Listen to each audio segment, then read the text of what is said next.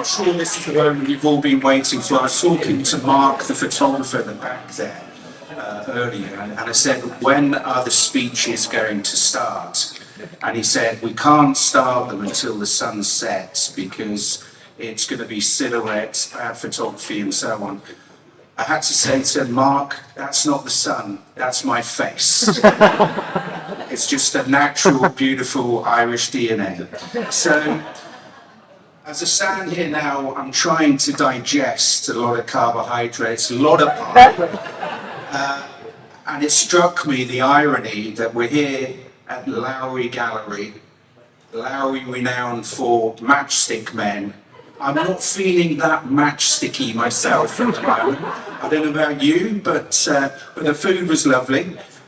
So I'm just going to take a little bit of post-pie opportunity to talk about Emma and Sam and all of those things. So I'm the FOB, as the MC has said. First of all, thank you so much for taking your time. I know many of you have travelled some distance to get here.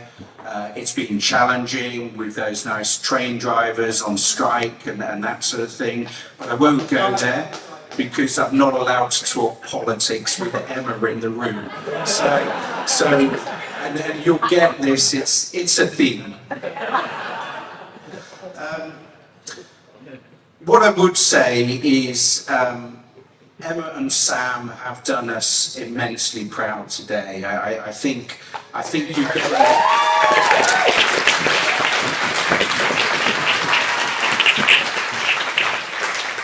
It started, to be quite frank, when I walked into the room in the hotel where all the bridesmaids were getting ready, and I tell you. I had like sensory overload. There was a lot of noise, there was a lot of heat, there was a lot of Prosecco going on in there. But I did, through the mist of hairspray, Prosecco, all sorts of other things. Emma was a vision. I mean, she looked absolutely stunning. Absolutely bowled over. This is the beginning of what is going to be a spectacular day for all of us. It was a wonderful ceremony, wonderful location. I'm personally delighted. Emma knows this. I came up to visit. I think it was a year or two ago. And this was one of the first places I wanted to go because I love Lowry, so it was really quite kind of touching to be here. And as I said, it's a spectacular location. But these things just don't happen by themselves. I think between Sam, Emma, and lots of other people, it's been absolutely spectacular. The outcome that we've all enjoyed today, but the blood, sweat, tears, emotion that has gone into this, even down to panic phone calls yesterday where Emma was saying, shall I go and buy 140 umbrellas? I suggested you probably didn't need to do that. They're not that dim. Some people will work out that you might have to bring a brolly in. So, yeah, a huge amount of effort. That continued with, I think, what we all enjoyed and experienced downstairs with Chris and the reading, with Callum and Hugh, I'm sure are destined to be in one of these studios, having their own show sometime, and of course Daniel here, just an absolute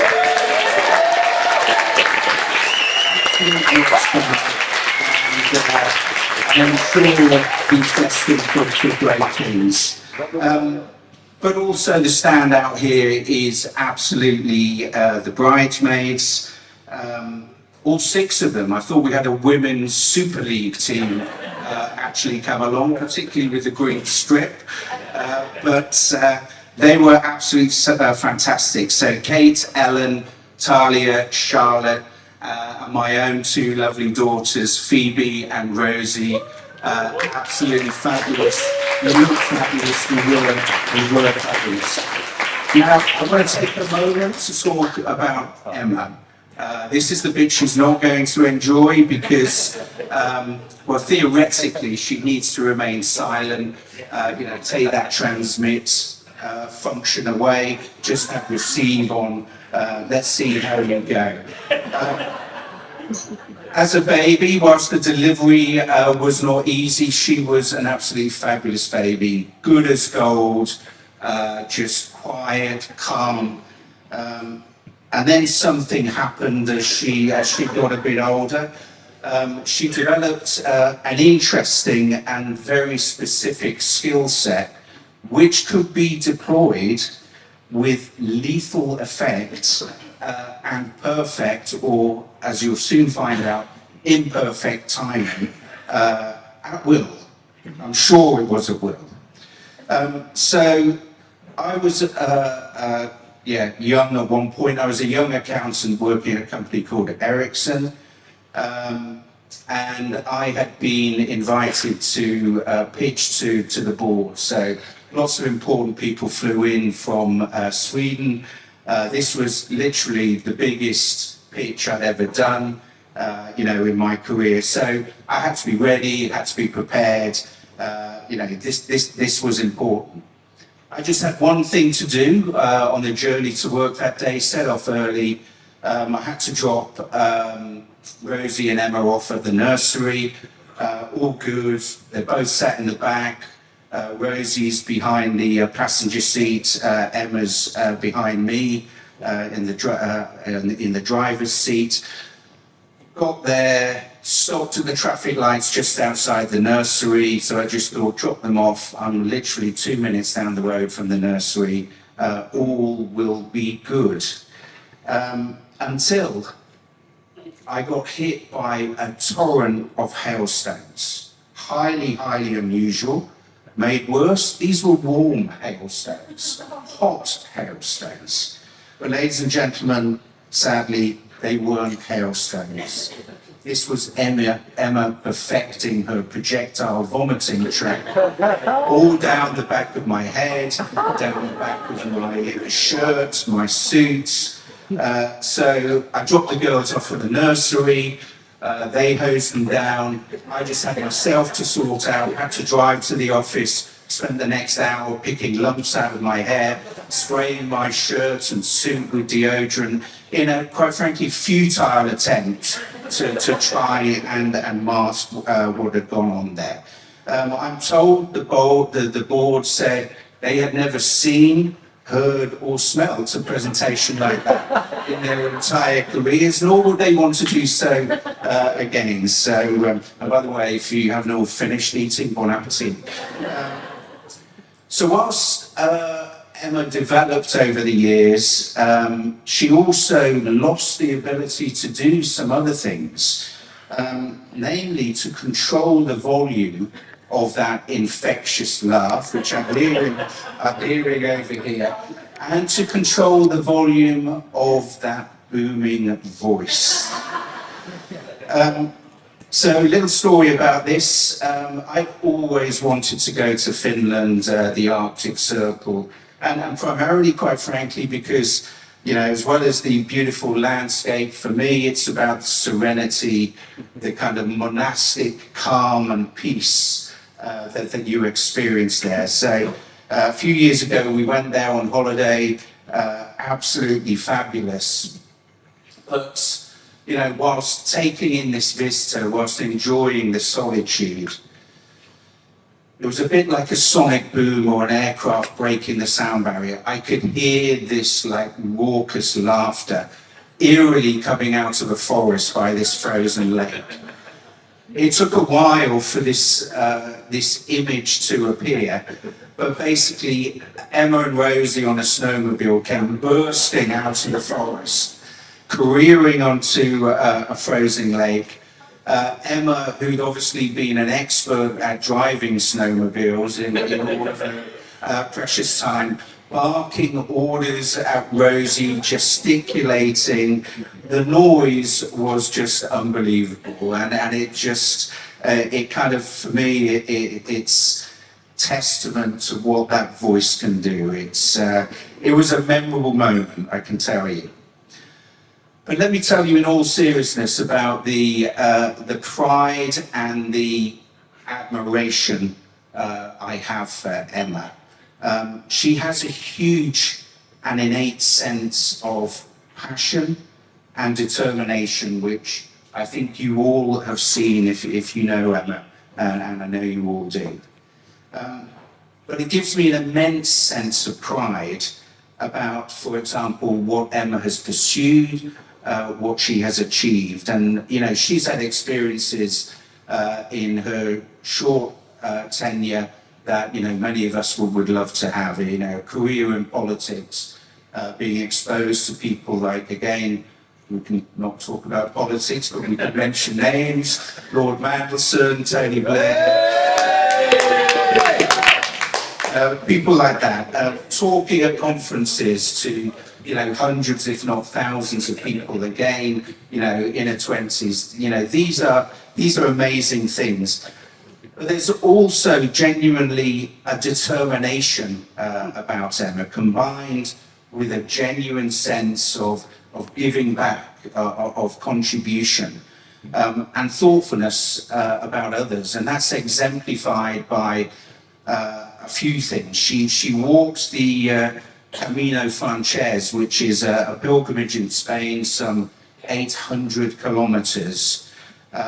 A huge achievement. Now, I know that's close to Sally's heart because she raised money for a charity associated with Emma's grandmother's illness. Similarly, on a very cold day back in November 2016, she ran her first half marathon. And at the time, that was to raise funding for a hospice which her other grandmother spent her last few years in. But the achievement of completing that first half marathon was all the more humbling because sadly her grandfather died, passed away literally days before she's meant to undertake the run. But Emma, with that determination, that commitment, she was going to do it, and God bless her, she did. And I'm sure her grandparents then, as they are now, are looking down on her with a tear in their eye, but also a huge smile for their amazing Emma.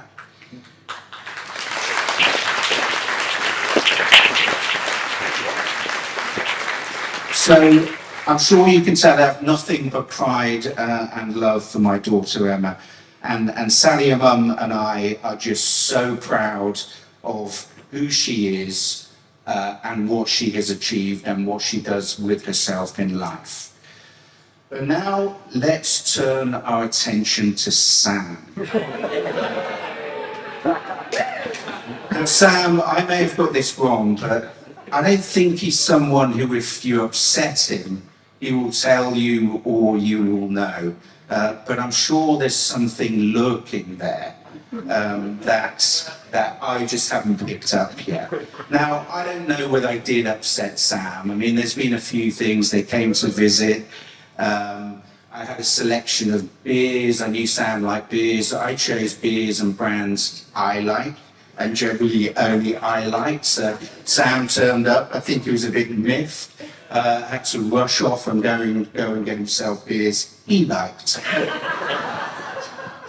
And similarly, when I came to visit Emma and Sam in Eccles in their new house, yeah, I admit I had an insistence that I wanted that parking space outside of their house, so my car was nice and secure. Sam, Emma, please take your car, go and park it on the corner of that road, that busy road, half on the pavement, half off. But as long as my car is fine, that's really important. But on that particular visit, I was delighted to be shown to a room. You're going to sleep here tonight. You've got your own bathroom. It's all good. And I'm going to, you know, I was tired, a little bit fatigued. There was some kind of, you know, we've got battery lighting here. You know, all is all is good.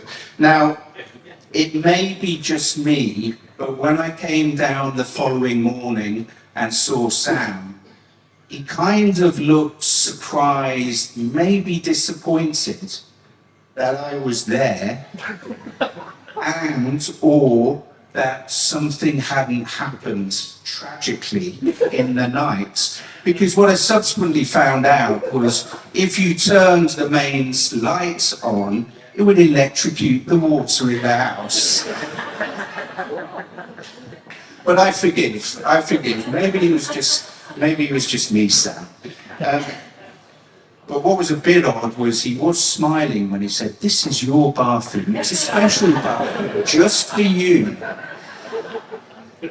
But anyway, let me give you a little bit of insight into Sam, and I can tell you one thing that has touched me and I am so immensely proud of, is the fact that Sam called me and asked me before he proposed to Emma. Now, quite frankly, that courtesy, that thoughtfulness, I don't think is there too much these days. I was absolutely bowled over. And I'm actually looking at Sue and Bill here, and in part, I am sure that's down to his upbringing, and you must be so immensely proud of Sam.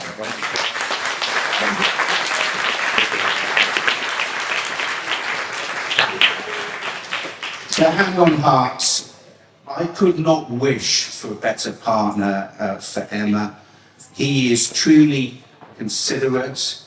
He's caring, he's funny, he's loving, and he's kind. What more could one ask for in a partner? To see them together, I don't think, and I've heard a few people say this to me today, they are so natural. They don't have to try, there's no pretentiousness, it's just, they are naturally a couple. And they're a counter to each other, but they're also a strength to each other. And when they are together, they are truly as one. So I am drying up now. I'm not going to choke up on air, but I could do with a drink. So please join me in toasting health, happiness, and love to our Emma and our Sam.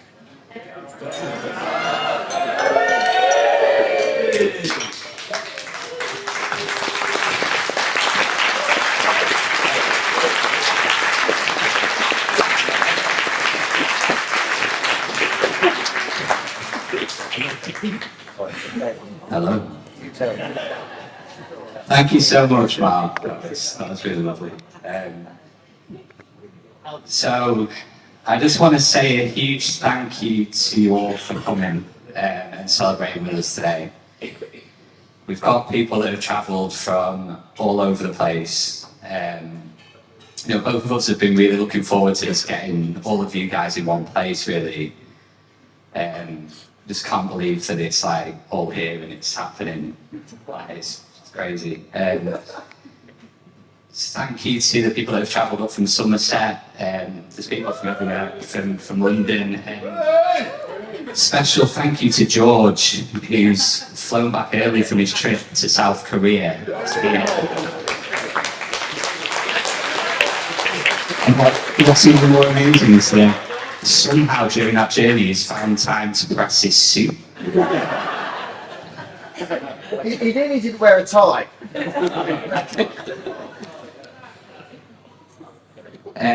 We've also got half the population of Fleetwood here today.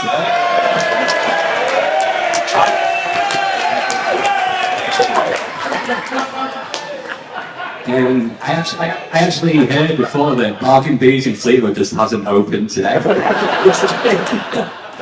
Everyone's here.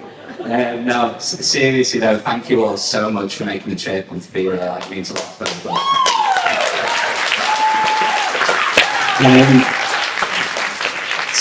To my family, to my mum and dad, to Daz, Juliet, Nicola, Andy, Harry, and to Dan. Thank you all so much for the love and support. Thanks, Dan, for singing today.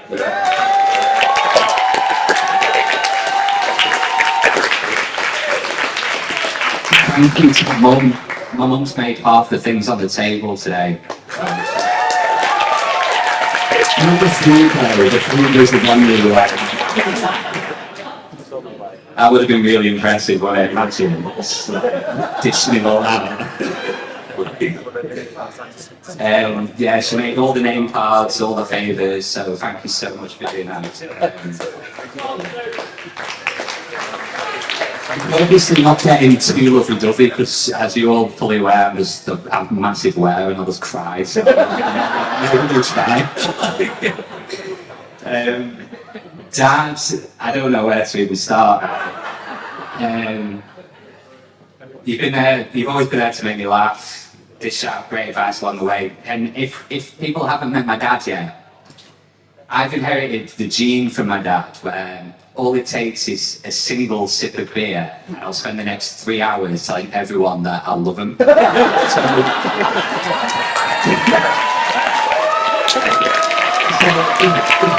It was not me who was talking to you later, so next time you let me probably my dad.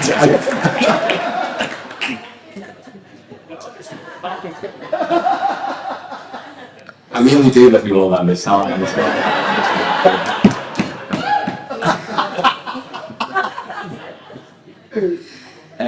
To Emma's family, to Sally, Rose and Joe.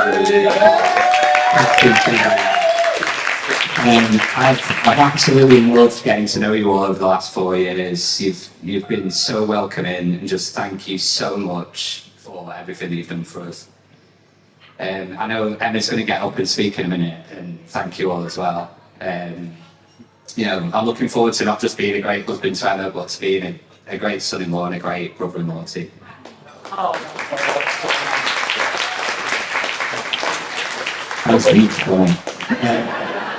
So Emma's bridesmaids, Selin, Rosie, Talia, Charlotte, Kate and Phoebe, you all look amazing. I feel very, very lucky to have gotten to know you all. Thank you for looking after Emma today and always.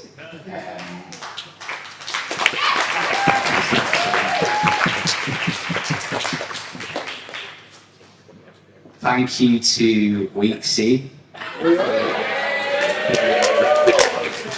And thank you to Hugh and Callum as well for your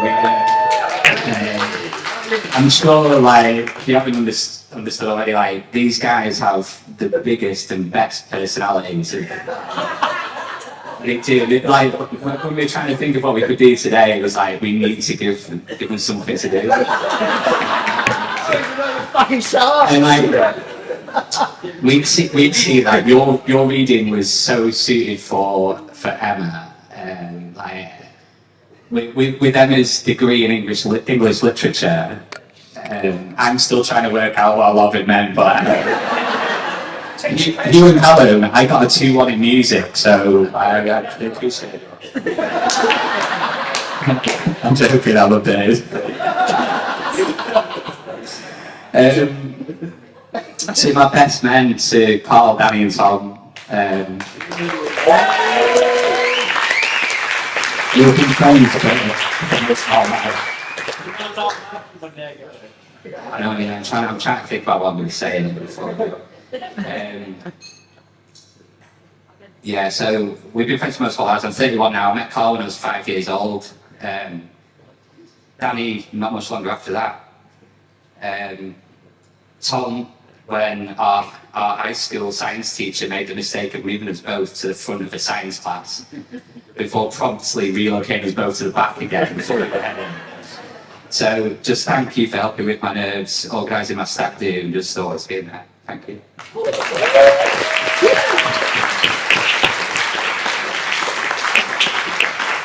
I'm about 1/10 of the way through. Is everyone on that?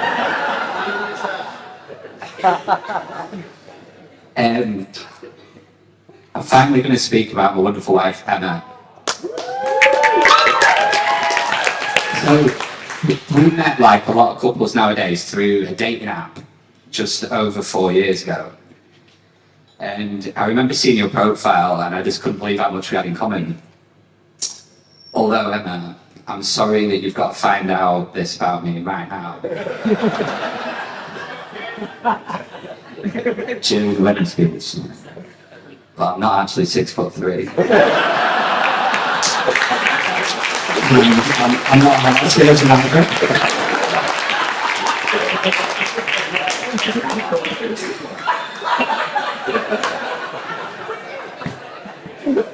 So when we got engaged, I'd envisioned the whole thing beforehand. So we walked around the same route that we walked around on one of our earliest dates, and there was a spot right at the end of the walk where you can see the whole of Manchester.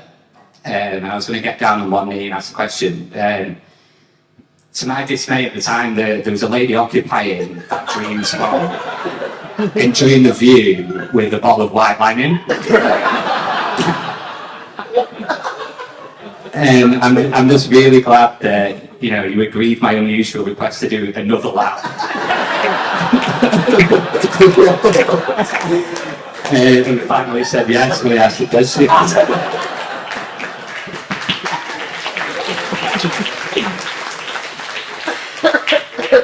And you're my absolute world. Anyone will tell you, because I tell anyone that listen that I've known since day one, you're the person that I want to spend the rest of my life with. You're beautiful, you're funny sometimes. You're the most caring, thoughtful person I've ever met, and I feel like the luckiest person alive to be married to you, and I love you so much.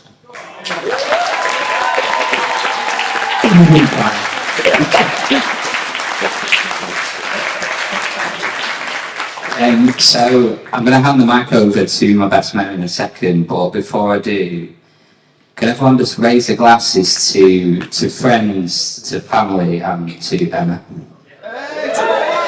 Thank you all so much. It's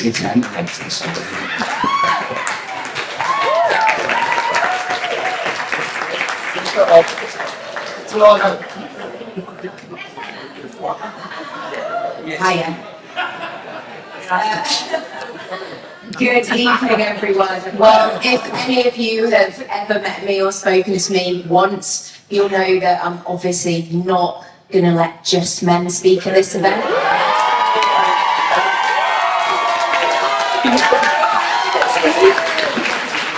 No unmale panels here, people. So as Sam has alluded to, we met in the typical millennial way on a dating app.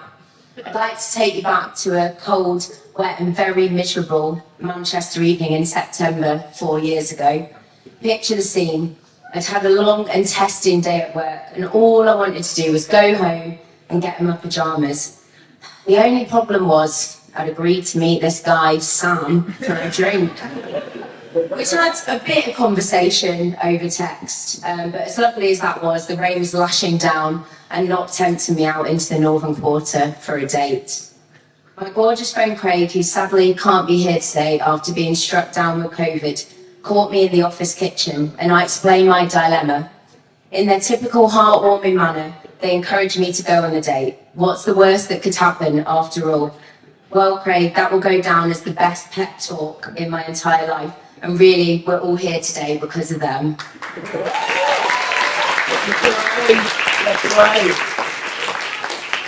Meeting Sam was like meeting someone I'd known for my whole life.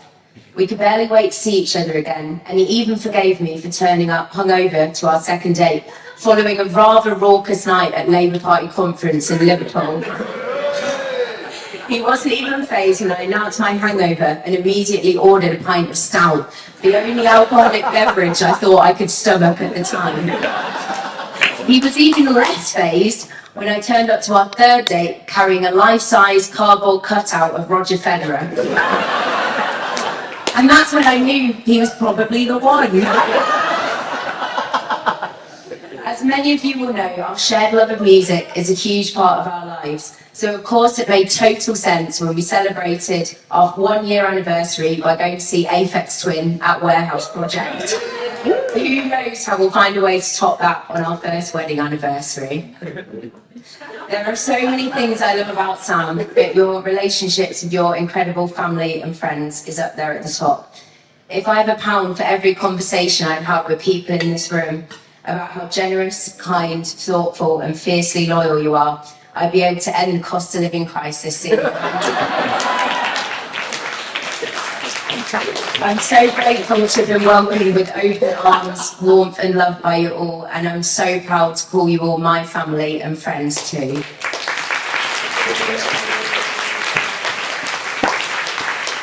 On the subject of family, I do want to take this opportunity to thank my family for all their support, love and guidance, not just in the lead up to this wedding, but throughout my life. Mum, you've always encouraged me to do things my way and follow my values. Strong women raise strong women, and in my adult years, you've been my great friend as well as my guiding force. I love you.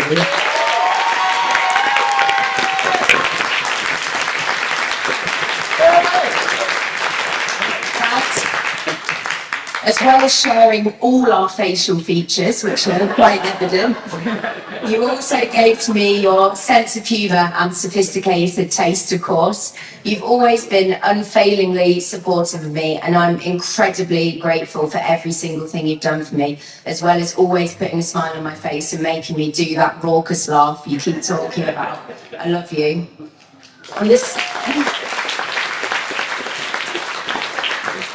And finally, on the subject of family, I just want to say how much I wish my grandparents were here to enjoy this day and embarrass me with stories best left forgotten and impart some sage advice. To Joyce, Stan, Sheila and Richard, you are much missed today.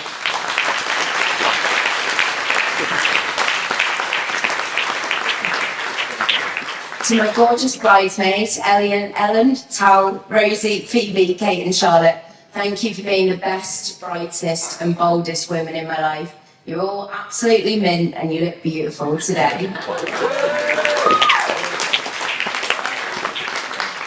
And finally, Sam, building a life with you has been the best adventure I could have wished for. From adopting our giant wolf dog Max, who's not here tonight for very good reasons.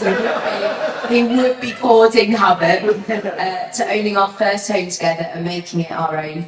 I know with absolute certainty that with Sam and all our amazing friends and family that the best years of our life are yet to come.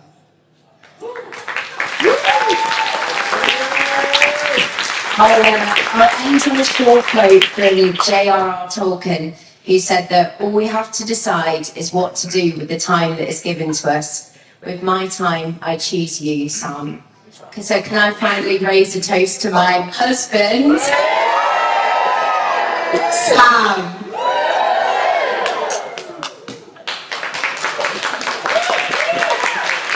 Now I'm going to scale it. I don't know which one's taking the mic first, but it's one of the trio. Yes, man. Hello, hello. Hola, Orlando. For those that don't know us, my name's Danny. Hi, my name's Carl. I'm Tom.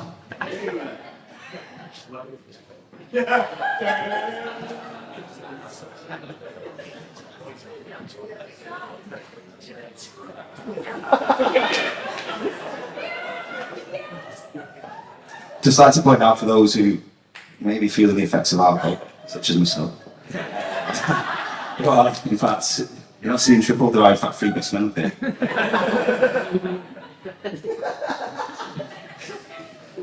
So, over the next 15 minutes, we're going to try and explain why Sam is more than deserving of having 3 best men.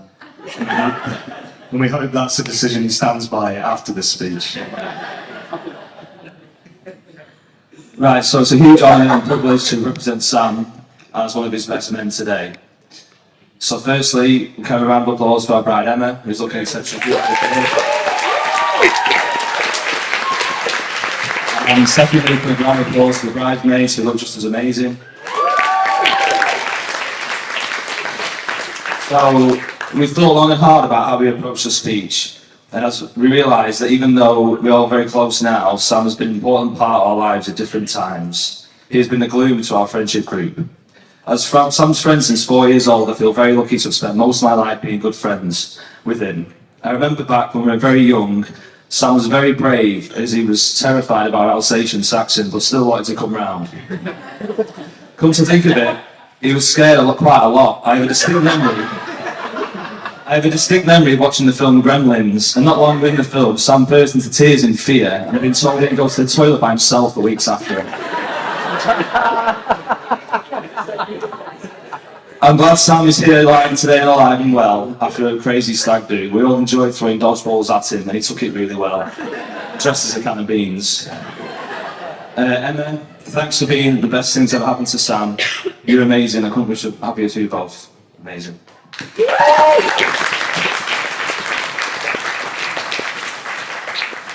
Those who know me already will know that I'm someone who struggles to put my thoughts into words, and so I had to come up with a way to think of something good to say, something substantial.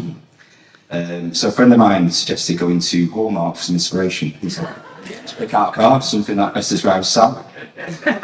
So here it goes. Some people bring such incredible light into the world. With deepest sympathy, thinking of you. I suppose that's more for you than that.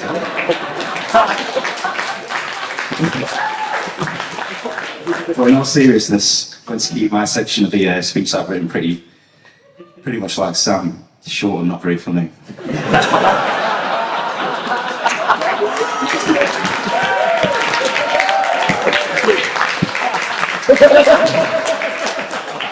The first time I met her, I knew she was 100% on for Sam. She's kind, caring, thoughtful and fun, and she has everything he needs. And Sam is obviously a great judge of character. However, he's not always been this way. Though we both share a deep-rooted passion for music, the place I actually first met Sam at a very early age, I was playing football. I didn't want to be his friend, but I looked at him on the pitch, my fellow defender, and he had one of these on his hands. A Game Boy. Not given a care in the world about 40-mile-per-hour footballs, Frank. That's his head. We didn't win that league. But as we went to different schools, some years passed before Sam and I met again. I wasn't very good at the whole football thing, so I tried a few different hobbies before I eventually landed on guitar lessons at high school. Within a few months, I had my first ever gig with the rest of the guitar club. Great. It was exciting, but I was incredibly nervous because I was aware I was pretty crap. We all stood in the line and we played an instrumental version of Top Loader, Dancing in the Moonlight. And the two sons of the guitar teacher, I think one of them's here actually, Joe Morgan. I was having a fun one. Nice one, Joe. They're especially the most competent, and so they took the lead and started playing the song. And in a drastic last-minute decision, and in order to save face and reputation of the guitar club, I turned my guitar all the way down and I mimed the whole thing, trying my best to look as believable as I could. And as I said earlier, Sam's judgment of character hasn't always been great. Sam was in the crowd at that time and he was scouting for a new guitarist to join his new band, and for some god-forbidden reason chose me. Somehow the stars aligned, and this was the exact moment that our friendship was set in motion. Our friendship has grown to be solid throughout the years, and it's certainly been soundtracked by our shared love for music. We used to walk over to Swinbill's house most nights. I remember there was always a fair few baby seagulls knocking down Sam Street. Typical Fleetwood really, but yeah, there seemed to be more down that street for some reason. I've braved the onslaught of swoops, dive bombs and the occasional targeted bird poop just to go and see him. But it was always worth it. We'd spend time together, just sharing and listening to music, getting inspired, putting the world to rights, often over a bottle of whiskey, or whatever we could salvage from Bill and Sue's cupboard. So,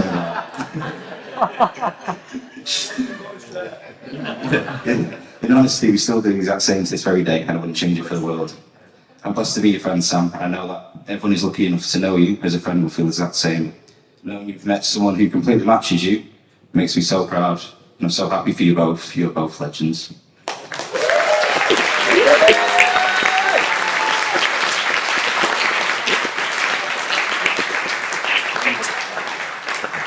Hi. So as Sam already mentioned, we met in biology class when we were around 12. And we were put together in the naughty corner. It seemed like a crazy scheme, you know, let's isolate all of the naughty people, build up a bit of a temperature in the corner of the room. We soon realised that we had a lot in common, music being one of them. And something I should say about Sam about our time at school is that he was on paper the most intelligent person in our year. And you won't know that because he never talks about it. If it was me, it'd be the first thing I'd introduce myself. He really is a great, humble guy. I'd go as far as saying maybe a genius, and I can't call you a genius in best man speech without having a story to kind of offset that. And the first one that comes to mind is a really vivid memory of the trip to Blackpool when we were kind of playing around in I think we were like 13, 14 at the time. We were playing around in these kind of novelty shops on the promenade, and something that not those kind of shops. But so I know it's Sam playing this thing. It was like a novelty lighter. It was in the shape of a guitar. And as you pushed the lighter, the neck of the guitar down, it played a little guitar solo. I saw Sam out of the corner of my eye putting this to his ear and pressing the trigger on this. And it's like setting his hair on fire in the middle of the shop in Blackpool. After patting him out, leaving this big scorched mark on the side of his head, he went to do it again. That always comes to mind. Apart from a few occasions, you really have been outstandingly on point. So, 1 second. So, yeah, when it came to moving to university, it seemed like a no-brainer to kind of blindly follow Sam to Huddersfield, where we studied music. And even though we kind of came out with a bit of a useless degree, we didn't have a great time together. And the music thing has been a real constant in our friendship. That's the kind of Danny's and Carl have already talked about as well. And the first time that I met Emma was at a Flying Lotus gig in Brixton. And, yeah, I just remember Sam was so excited. I think he must have been singing it for maybe like a few months. And Sam was so excited for me to meet Emma. He just kept saying, I've met this amazing person. And I remember just meeting you that first time with this kind of crowd of people. I think Thundercat was playing. There was this crazy like jazz bass line going on. And I just remember having this energy from Emma that is so similar to Sam, in this kind of quiet confidence, this intelligence and kindness as well. And I knew from that point that they were going to be like amazing together. And it's so great to see them here today.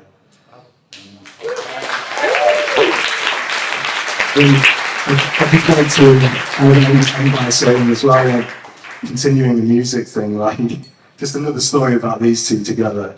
We went to Primavera Festival, which is in Barcelona, for 2 weeks in the summer. So we were putting some long shifts in and listening to a lot of music. Fill in the blanks. So I went back and I kind of stayed in bed for a week convulsing. And these two went to Glastonbury Festival, which was just incredible. And I think it's just indicative of their strength together. And adding Max to the team as well now, I know they're going to be unstoppable. So yeah, it's such an honour to be here, and please if we could raise a glass to the newlyweds.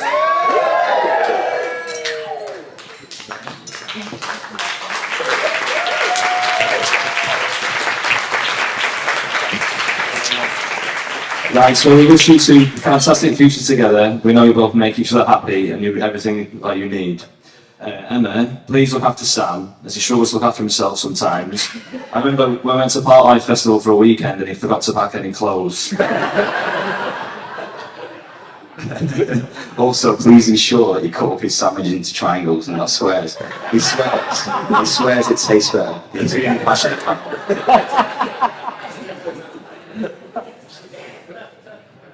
Thank you everyone, cheers.